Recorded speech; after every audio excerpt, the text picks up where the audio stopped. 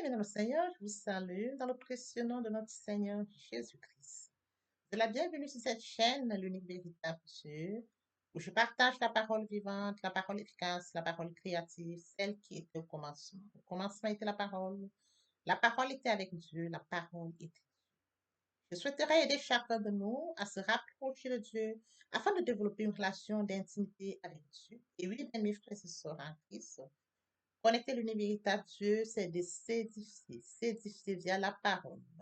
Il est écrit dans Matthieu 4, l'homme ne vivra pas seulement de pain, mais de toute parole qui sort de la bouche de l'Éternel. Connecter l'univers véritable Dieu, c'est de partager. Je connecte cette chaîne pour partager la parole de Dieu. Et je vous prie, bien mes frères et sœurs, après vous être édifiés, de partager autour de vous afin d'aider à l'éducation des autres. Connecter le véritable Dieu, bien mes frères et sœurs en Christ, c'est de grandir spirituellement. Deux possibilités s'offrent à vous. La première, c'est de s'abonner via YouTube sur l'univers véritable Dieu ou encore sur Facebook, Bat Divine Family. De la sorte, vous allez recevoir plus d'enseignements, ce qui vous permettra de grandir spirituellement. Et oui, bien mes frères et sœurs en Christ, grandir spirituellement vous permettra, bien mes frères, de vous rapprocher davantage de votre Dieu. Mes frères et sœurs en Christ, il est écrit dans la parole de Dieu, il y aurait plus de joie au ciel, juste pour un seul pécheur qui se repent, pour 99 justes qui n'ont pas besoin de repentance. Et oui, bien mes frères et sœurs en Christ, je vous invite donc à vous joindre à moi, afin qu'ensemble nous partagions au maximum la parole de Dieu. Et sur ce, plusieurs personnes vont se repentir et se convertir. La parole touchera les vies, elle changera les vies, elle transformera les vies, elle illuminera les cœurs, elle édifiera les vies. De la sorte, nous allons inonder le ciel de joie et encore de joie. Merci, Seigneur. Bien-aimés dans le Seigneur, passons en prière. Dieu de bonté, Dieu d'amour, Dieu de miséricorde, Alpha, Oméga, je bénis ton nom ce matin, je t'élève, je t'honore, je t'élève, je t'acclame. Je célèbre ta grandeur, le Dieu qui dit la chose s'accomplit, l'unique véritable Dieu, c'est toi. Merci pour ce nouveau matin, pour ce nouveau jour. Merci pour la santé divine, la protection divine, la sécurité divine. Merci pour le souffle de vie. Comptez parmi les vivants, nous sommes infiniment reconnaissants. Esprit Saint, viens sanctifier les lieux. Dresse autour de moi un mur de feu afin d'éloigner toute influence négative qui pourrait nuire à ma prière, à sécurise-la. Conduis-la afin qu'elle parvienne agréablement aux oreilles de mon Dieu. Merci, Saint-Esprit. Père, je te dis merci pour ce moment précieux et précieux où je viens partager la parole qui est au commencement, cette parole qui vit. Oui, Père, que cette parole s'ensémence dans les cœurs, ô Dieu grand, qu'elle porte dans les vies. Le Dieu qui sait le faire, l'honneur, la gloire et l'adoration te reviennent pour les siècles des siècles au nom puissant de Jésus-Christ. Je t'ai prié. Amen. Frères et sœurs en Christ dans le Seigneur, poursuivons par la lecture de Jean 20 à partir du verset 23. Là, il est écrit, ceux à qui vous pardonnerez les péchés, ils leur seront pardonnés, et ceux à qui vous les retiendrez, ils leur seront retenus. Il est bien évidemment écrit dans Luc 23, 34, Jésus dit, Père, pardonne-leur, car ils ne savent pas ce qu'ils font. Ils se partagèrent ses vêtements en tirant au sort. Nous pouvons lire dans Matthieu 6 à partir du verset 12, pardonne nos offenses, comme nous pardonnons aussi à ceux qui nous ont offensés. Ne nous induis pas en tentation, mais délivre-nous du mal, car c'est à toi qu'appartiennent dans tous les siècles le règne, la puissance et la gloire. Si vous pardonnez aux hommes leurs offenses, votre Dieu céleste vous pardonnera aussi. Mais si vous ne pardonnez pas aux hommes, votre Père céleste ne vous pardonnera non plus vos offenses. Permettez-moi d'aborder un point très important, celui de mourir en soi et de naître en Christ.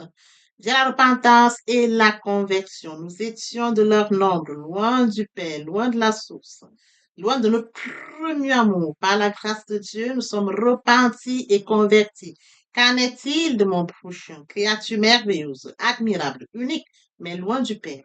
Il est écrit dans la parole, mon peuple périt par manque de connaissance. Conscient de ce fait, je vous prie de vous joindre à moi afin qu'ensemble nous partageons la parole.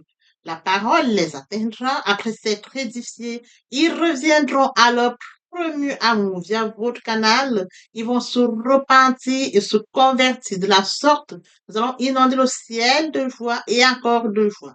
Je consacre la deuxième partie de mon enseignement à cela où j'apporte plus de détails pour ce qui est de la repentance et la conversion et je fais suivre la prière. La troisième partie fait suite à la deuxième. Il est question de la nouvelle vie. Les choses anciennes sont passées. Voici toutes choses sont devenues nouvelles. Et oui, frères et sœurs en Christ, permettez-moi de rebondir aux thématiques que nous avions déjà abordées. En début d'année, nous avons parlé de la méditation. Conscient de ce fait, du fait que Dieu a un calendrier pour notre vie, du fait qu'il nous a fait créatures merveilleuses, admirables, uniques, du fait que Dieu nous aime et détient la mission pour laquelle il nous a créés. Oui, frères et sœurs en Christ, nous nous rapprochons de notre Créateur. Via la méditation, nous allons chercher le Dieu qui nous a aimés le plus. Et pendant la méditation, nous recevons la parole par la foi. De la deuxième thématique que nous avions partagée.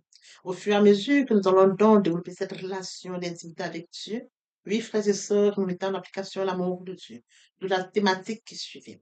Pendant la période pascale, Christ est mort à la croix de Golgotha. Le troisième jour, il est ressuscité. Et oui, frère, il a dit, Père, pardonne-leur car ils ne savent pas ce qu'ils font. Oui, frères et sœurs en Christ, tout est accompli. L'œuvre de la croix ne doit pas être vaine.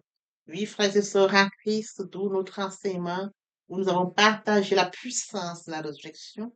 Nous avons suivi par le nom de Jésus. Oui, frères et sœurs en Christ, nous avons touché le nom de Jésus, qui est pour nous un nom très précieux. Nous allons en prière, nous allons toujours prier au nom de Jésus-Christ. Nous appuyons sur ce nom-là. Frères et sœurs en Christ, nous allons vers Dieu dans l'humilité, d'où cette thématique qui suivait aussi. Et lorsque nous vivons en communion avec lui. Oui, frères et sœurs en Christ, vivre en communion avec lui, frères et sœurs en Christ, nous développons encore cette vie, la vie de sainteté, d'où la thématique sur la sanctification. Vous serez saints car je suis saint. Frères et sœurs en Christ, pendant la Pentecôte, nous avions donc touché le Saint-Esprit. Alors, frères et sœurs en Christ, le Saint-Esprit se manifeste en nous, comme mentionné dans la parole de Dieu. Ne savez-vous pas que votre corps est le temple du Saint-Esprit? Votre corps est le temple du Saint-Esprit. Il est question de comprendre que l'Esprit Saint habite en nous. Alors, à partir du moment où l'Esprit Saint habite en nous, frères et sœurs en Christ, l'Esprit Saint prend le total contrôle et l'Esprit Saint nous instruit, il nous inspire, il nous enseigne, il nous corrige. Oui, frères et sœurs en Christ, nous n'avons plus la capacité, mais c'est le Saint-Esprit qui nous dirige. D'où cette thématique, le Saint-Esprit. Comment vivre dans la sanctification. La sanctification s'opère par le Saint-Esprit. Vive, frères et sœurs en Christ. Il est écrit dans Romains 15, 16, d'être ministre de Jésus-Christ parmi les païens, m'acquittant du divin service de l'évangile de Dieu, afin que les païens lui soient une offrande agréable, étant sanctifiés par le Saint-Esprit. Voyez-vous, le Saint-Esprit sanctifie.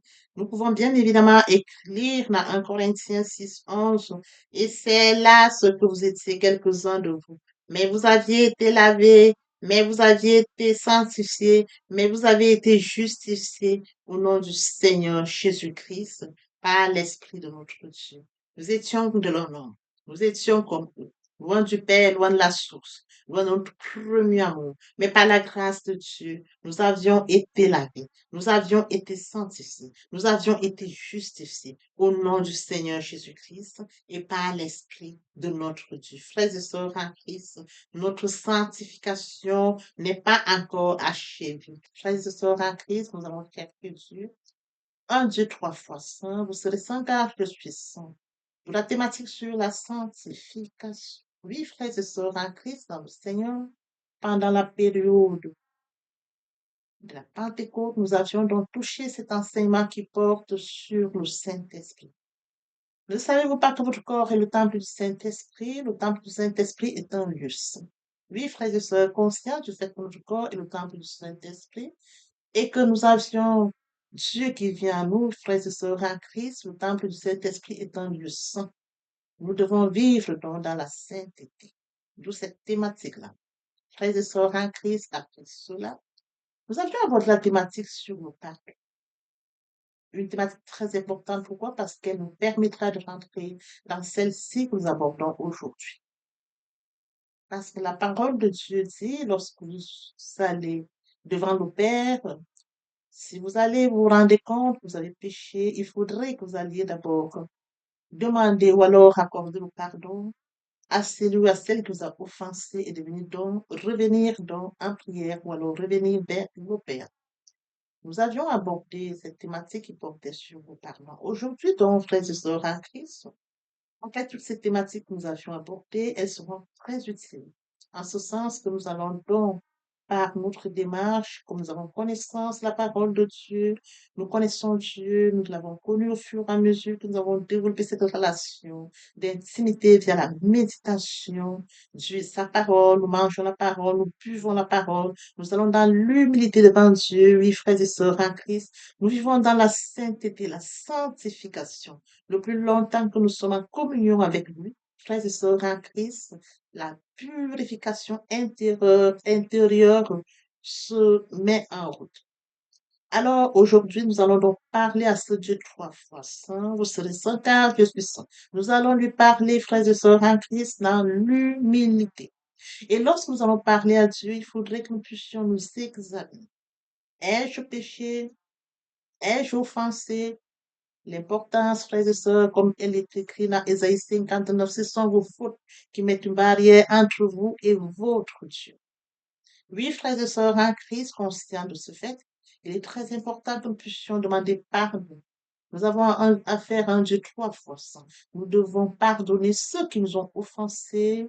Et frères et sœurs en Christ, nous devons bien évidemment demander pardon pour ceux que nous avions offensés afin que notre relation avec Dieu soit maintenue, afin que lorsque nous allions dans le lieu secret, entre dans ta chambre, parle à ton Père qui est dans le lieu secret, le Dieu du lieu secret te répondra. Oui, frères et sœurs en Christ, ce sont nos fautes qui mettent une barrière entre nous et notre Dieu. Donc, il faudrait que nous soyons très attentifs, que nous puissions vivre dans la sainteté et de fuir le péché, pour garder cette relation avec Dieu.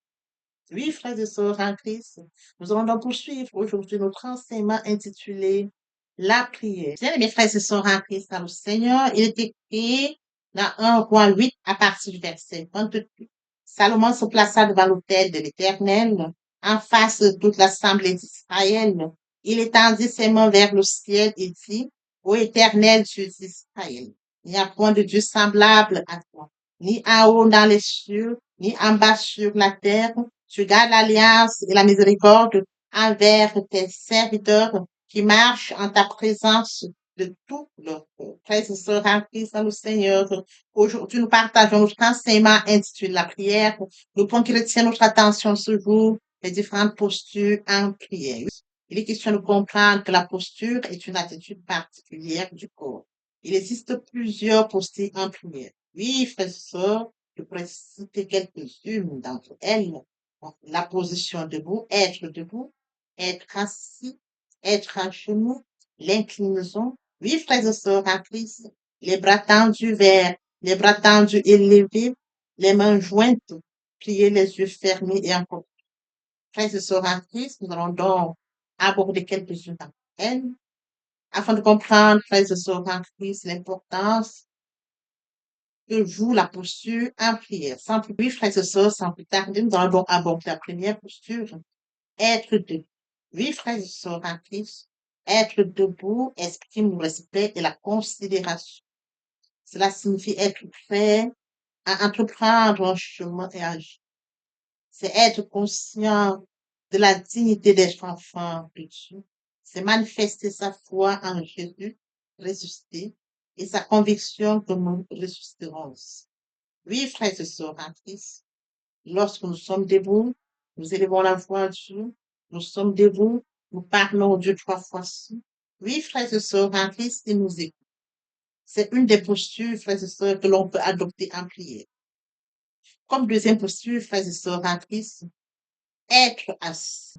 Lorsque nous poursuivons dans la même lancée, frères et sœurs, comme deuxième posture, être assis exprime une attitude d'écoute. Il est mentionné dans Néhémie 1:4. Lorsque j'entendis ces choses, je m'assis, je pleurais et je fus plusieurs jours dans la désolation. Je jeûnais et je priais devant Dieu des cieux. Frères et sœurs en Christ, lorsqu'on est assis, on élève la voix sincèrement, comme celui de Néhémie. Il a entendu les choses, il s'est assis. Il s'est assis, il a pleuré. Oui, frères et sœurs en Christ, dans une désolation pendant plusieurs jours. Il a jeûné, il a crié devant Dieu. Frères et sœurs en Christ, être assis une laine de notre Seigneur Jésus-Christ démontrait sa dépendance en s'agenouillant pour prier dans le jardin de Gethsemane. Oui, frères et sœurs en Christ, comme mentionné dans Luc 22, à partir du verset 40. Lorsqu'il fut arrivé dans ce lieu, il leur dit priez afin que vous ne tombiez pas dans la tentation. Puis il s'éloigna d'eux et à distance d'environ un jet de pierre, et s'étant mis à genoux, il pria, disant Père, si tu voulais éloigner de moi cette coupe, toutefois que ma volonté ne se fasse pas, mais la tienne. Paul, après avoir annoncé son départ à ses amis, se mit à genoux avec les anciens pour prier. Oui, frères et sœurs en Christ, Jésus-Christ s'est mis à genoux pour prier. Pierre s'est mis à genoux pour prier. Oui, frères et sœurs, cette posture, c'est démontrer son humilité devant Dieu. C'est de montrer combien de fois Dieu est grand. Oui, frères et sœurs, la grandeur du Dieu trois fois. Frères et sœurs, c'est l'humilité que nous allons à nous s'agenouiller devant Dieu. Il est écrit dans Acte 20, il est écrit dans Acte 20, 36. Après avoir ainsi parlé, il se mit à genoux et pria avec tous. C'est une posture, frères et sœurs, d'humilité. Il se mit à genoux et il pria avec tous. Dans Acte 9, 40, Pierre fit sortir tout le monde, se mit à genoux et pria, puis se tourna vers le corps et dit, Tabitha, lève-toi. Elle ouvrit les yeux et ayant vu Pierre, elle s'assit. Pierre s'est mis à genoux lorsqu'il a été appelé pour venir prier pour Tabitha qui était morte. Il a fait sortir tout le monde. Il est entré dans la chambre. Il s'est mis à genoux. Oui, frères et sœurs en Christ, en s'agenouillant, aussi bien qu'en s'inclinant, on se penche, ce qui limite les distractions, montre notre considération et nous rappelle notre dépendance totale envers le Seigneur. Oui, frères et sœurs en Christ, nous poursuivons aussi par l'inclinaison. Oui, frères et sœurs, l'inclinaison peut être de la tête ou du corps. S'incliner est un signe de référence et d'honneur à notre Dieu. Nous donnons toute la référence à Dieu. Nous donnons tout l'honneur à Dieu. Lorsque nous poursuivons, nous allons poursuivre aussi dans la même lancée lorsque nous couchons complètement allongés contre terre. Dans Josué 7, 6. Josué déchira ses vêtements et se prosterna jusqu'au soir, le visage contre terre devant l'arche de l'Éternel. Lui et les anciens d'Israël, ils se couvrirent la tête de poussière. Voyez-vous, se prosterner devant l'arche de l'Éternel, Josué l'a fait. Il s'est complètement, frères et sœurs en Christ, couché jusqu'au soir, le visage contre terre. Là, c'est l'humilité. Seigneur, je suis complètement couché. Je suis complètement à plat. Je suis complètement devant toi dans mon humilité. Oui, frères et sœurs en Christ, c'est l'une des postures que l'on peut adopter lorsqu'on va en prière. Nous allons poursuivre dans la même lancée. Les bras tendus et levés sont l'une des postures que nous pouvons poursuivre dans la même lancée par les bras tendus et levés comme l'une des postures. Paul exauça Timothée et les autres à prier, levant les mains saintes. Dans 1 Timothée 2,8, je veux donc que les hommes prient en tout lieu, en élevant les mains pures, sans colère ni mauvaise pensée. Les mains pures. Les mains, frères et sœurs en Christ, qui n'ont pas commis de mal. Oui, frères et sœurs, quand les mains sont levées et qu'il n'y a pas de colère ni mauvaise pensée, la prière va vers Dieu. Les mains levées comme mentionné de Chroniques 6:12. Salomon se plaça devant l'autel de l'Éternel, en face de toute l'assemblée d'Israël. Il étendit ses mains. Oui, frères et sœurs en Christ, face toute l'assemblée de l'Éternel, il étendit les mains devant le Dieu trois forces. Les mains jointes sont synonymes de soumission, ou lorsqu'une personne se concentre, s'intériorise, intériorise sa foi. Nous pouvons prier, frères et sœurs, en Christ, les yeux fermés. Cela indique un désir d'intimité avec Dieu et facilite le recueillement. Lorsqu'on va prier, chacun adopte la position qui lui convient le mieux. Gardons à l'esprit que Dieu ne répond pas à nos prières en fonction du nombre de mots, du lieu où nous sommes ou de la position que nous avons adoptée. Dieu regarde au cœur. Vous me chercherez, vous me trouverez si vous me cherchez de tout votre cœur. Oui, frères et sœurs, la façon correcte de prier consiste à élever notre cœur vers Dieu, à être honnête et à être ouvert avec nous, car il nous connaît mieux que nous-mêmes. Il faut lui présenter nos demandes en étant conscient que Dieu sait ce qui est le mieux pour nous. Il ne répondra pas favorablement à une demande qui n'est pas conforme à sa volonté. Frères et sœurs en Christ, prier ne se résume pas à réciter, mais prier en privé, il faut exprimer à Dieu ce que nous avons dans notre cœur, que nous prions assis, que nous prions debout, que nous prions à genoux, les bras ouverts, les bras joints, les yeux ouverts ou fermés, à l'église ou à la maison, ou en plein air. Ce sont là des préférences personnelles et l'expression d'un cœur qui prie avec sincérité. Frères et sœurs en Christ, l'instruction de Paul, c'est de prier en tout temps et sans cesse. Mentionné dans 1 Thessaloniciens 5, soyez toujours joyeux, priez sans cesse. Rendez grâce à Dieu, car c'est à votre égard la volonté de Dieu.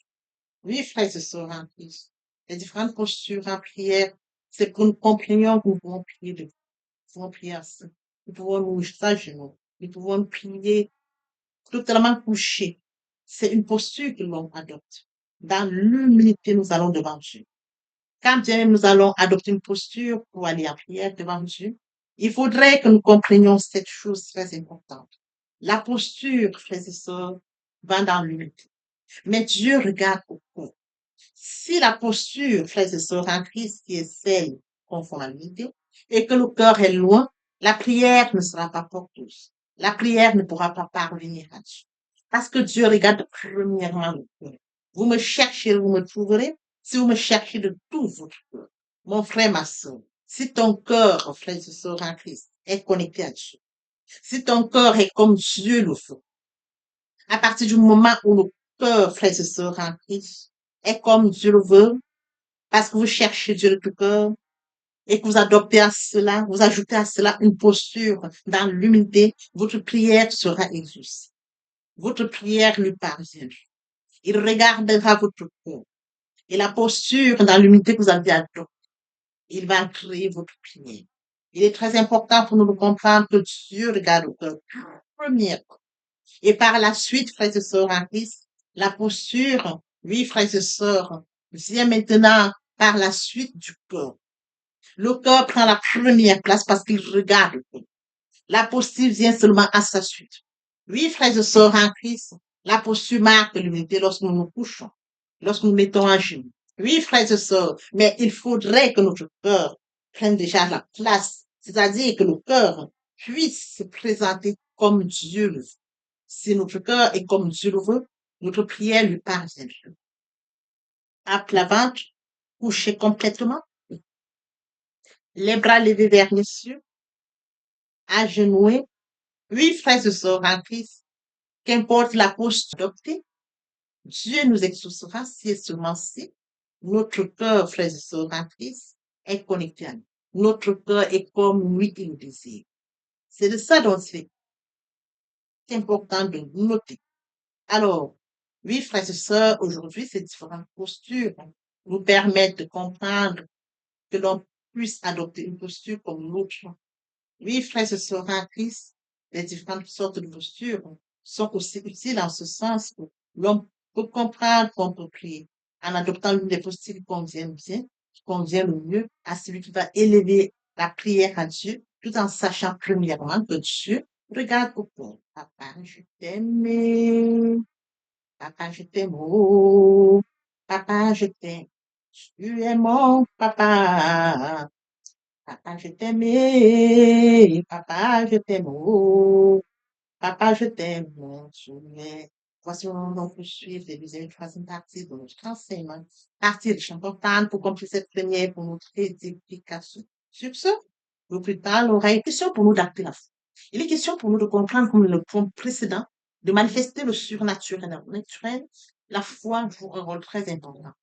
Nous allons acter notre foi. Comme mentionné, la foi est une ferme assurance des choses qu'on espère. C'est-à-dire, la chose ne s'est pas encore réalisée. Elle ne s'est pas encore manifestée. La chose est encore dans l'invisible. Elle est encore dans le surnaturel. Il faut que la chose se manifeste dans le naturel. D'où la foi. Voyez-vous? Oh, la foi est une ferme assurance des choses qu'on espère, une démonstration de ce qu'on voit. Il faudrait qu'elle se démontre du surnaturel dans le naturel. Oui, frères et sœurs en Christ. Ainsi, la foi vient de ce qu'on entend. Ce qu'on entend vient de la parole de Dieu. Donc, de la parole de Dieu, frères et sœurs en Christ. Toute chose vient par là. Nous allons donc déclencher tout sur base de la parole. Même lorsque nous allons en prière, frères et sœurs en Christ, nous appuyons sur la parole. Nous appuyons sur la parole, nous sortons la foi pour manifester le surnaturel dans l'eau naturelle.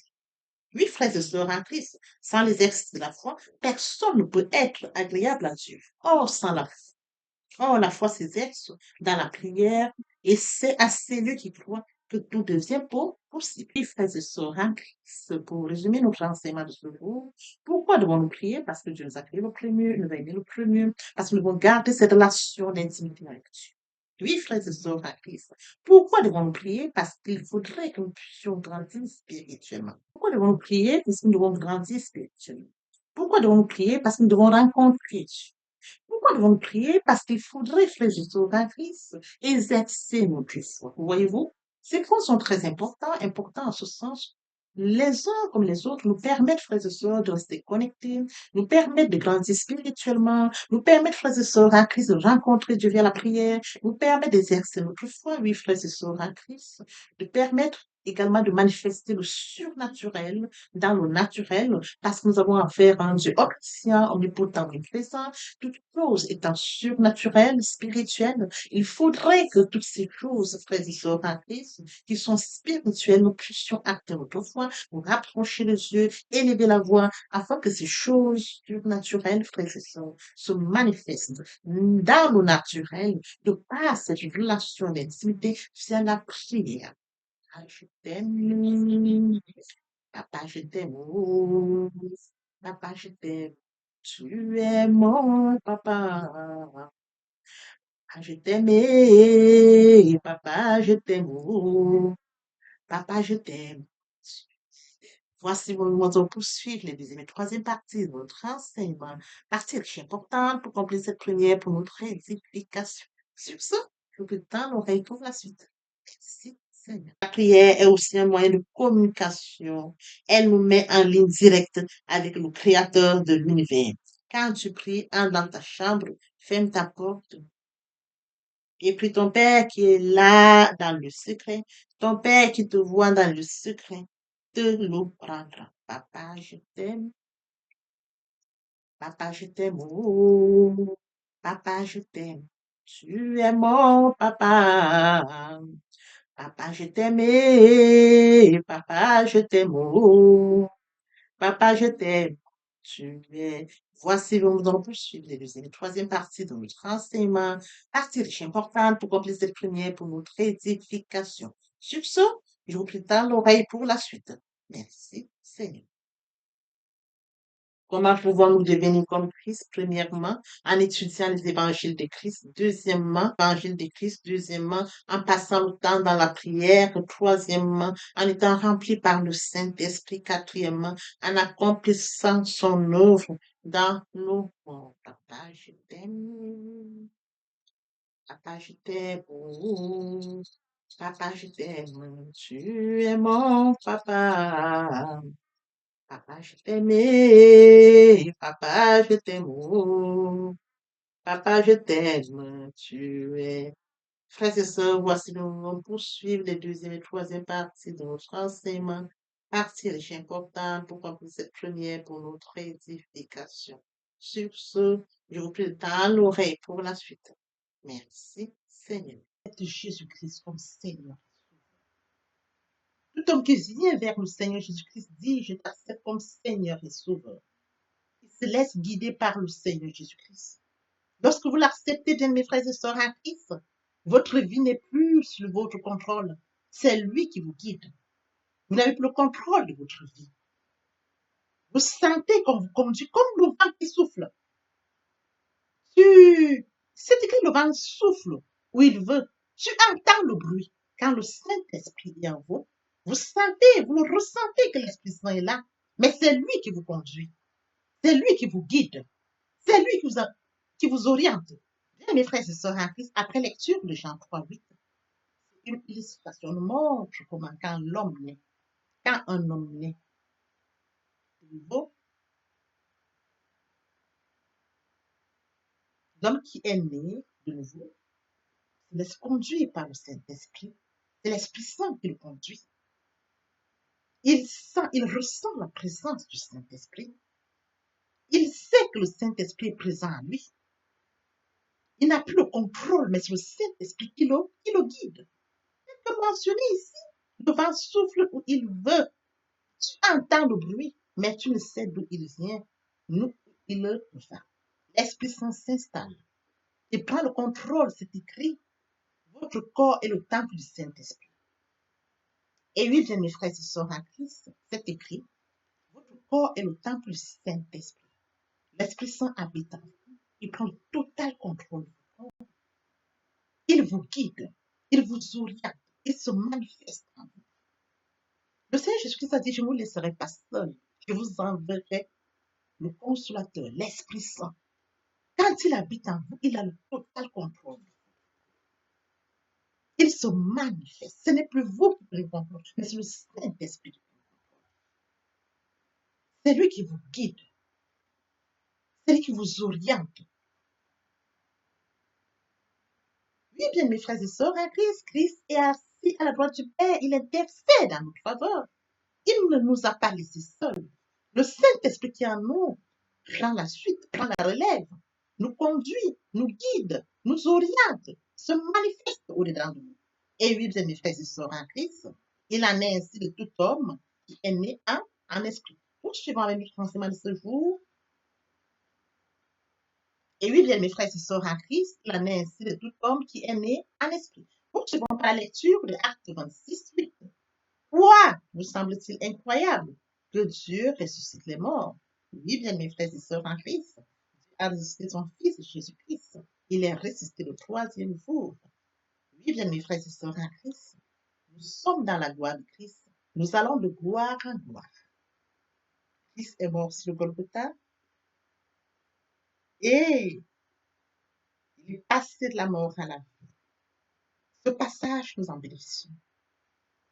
Avec lui, nous sommes assis à la droite du Père. C'est écrit. Bien, mes frères et sœurs en Christ, nous devons être conscients que Dieu a tant aimé le monde qu'il a donné son Fils unique, afin que quiconque croit en lui ne périsse point, mais qu'il ait la vie éternelle. Oui, bien, mes frères et sœurs, lorsque nous acceptons Jésus comme Seigneur et Sauveur, lorsque nous passons par la repentance et la conversion, nous passons à une autre vie. Nous changeons le centre de gravité de notre vie. Nous tournons vers notre vie, vers le Seigneur Jésus-Christ. Nous laissons le contrôle de notre vie entre les mains du Seigneur Jésus-Christ. L'Esprit Saint prend le contrôle et se manifeste, tel que mentionné dans Jean 3:8. Le vent souffle où il veut. Et tu entends le bruit, mais tu ne sais d'où il vient, ni d'où il va. Il en est ainsi de tout homme qui est né de l'Esprit. L'herbe sèche, la fleur tombe. Il en est ainsi de tout homme qui est né de l'Esprit. L'herbe sèche, la fleur tombe, mais la parole de Dieu demeure éternelle.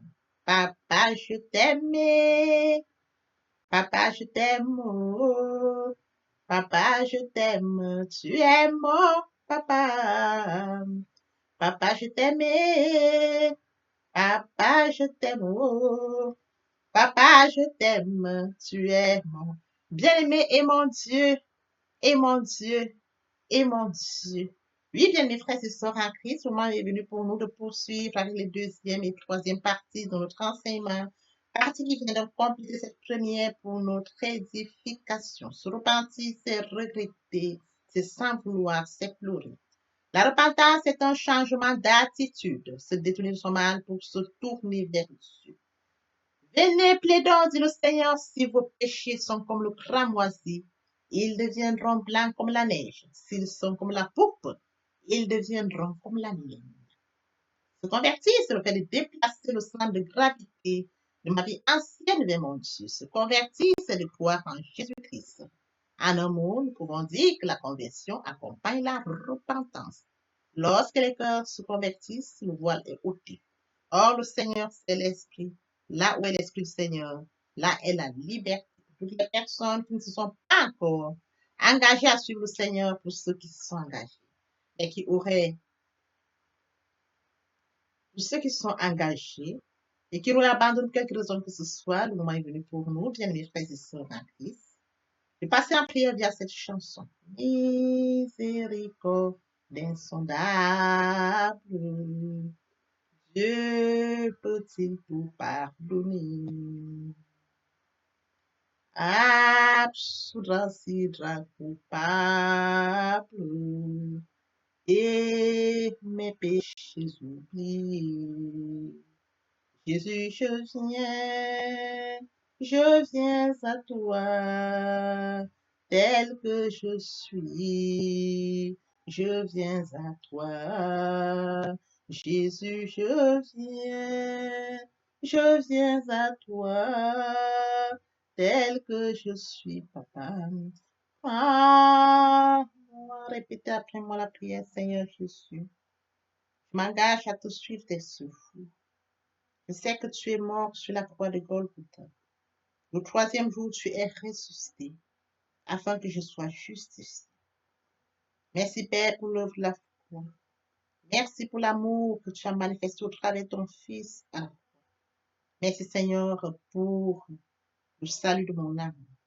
Merci pour avoir sauvé mon âme. Amen. Notre Père Céleste, merci pour les âmes précieuses. Merci pour l'engagement que tu leur donnes. Mon Dieu, mon roi, je te prie de veiller, de conduire afin qu'ils y restent. Dieu qui sait faire, qui peut faire, je laisse entre tes mains. L'honneur, la gloire, l'adoration te reviennent pour les siècles des siècles. Au nom puissant de Jésus-Christ, je t'ai prié. Amen. Oui, bien, mes frères et sœurs en Christ dans le Seigneur, après cette sincèrement repentie et converti, il faut y rester, il faut y demeurer. Comment le faire? Premièrement, invoquer le Saint-Esprit. L'Esprit Saint prendra contrôle durant la méditation. Poursuivra la lecture du verset ou du texte qui servira d'appui durant la méditation. Matthieu 4, 4, l'homme ne vivra pas seulement de pain, mais de toute parole qui sort de la bouche de l'Éternel. Méditer la parole, c'est l'approfondir, c'est la mûrir, c'est aller en réflexion profonde. Ce livre de la loi ne s'éloigne point de toi, médite-le jour et nuit. Que ce livre de la loi ne s'éloigne point de toi, médite-le jour et nuit. Après avoir médité la parole, nous devons recevoir la parole. Recevoir la parole via la foi. La foi est une ferme assurance des choses qu'on espère, une démonstration de celles qu'on ne voit pas. La foi vient de ce qu'on entend. Ce qu'on entend vient de la parole de Dieu. De par conséquent, la foi vient de la parole de Dieu. Recevoir la parole via l'obéissance. L'obéissance veut mieux que le sacrifice. Et l'observation de sa parole vaut mieux que la rébellion. Après cela, bien aimé, il faut mettre en pratique la parole. On donne tout ce qu'on reçoit. Et oui, bien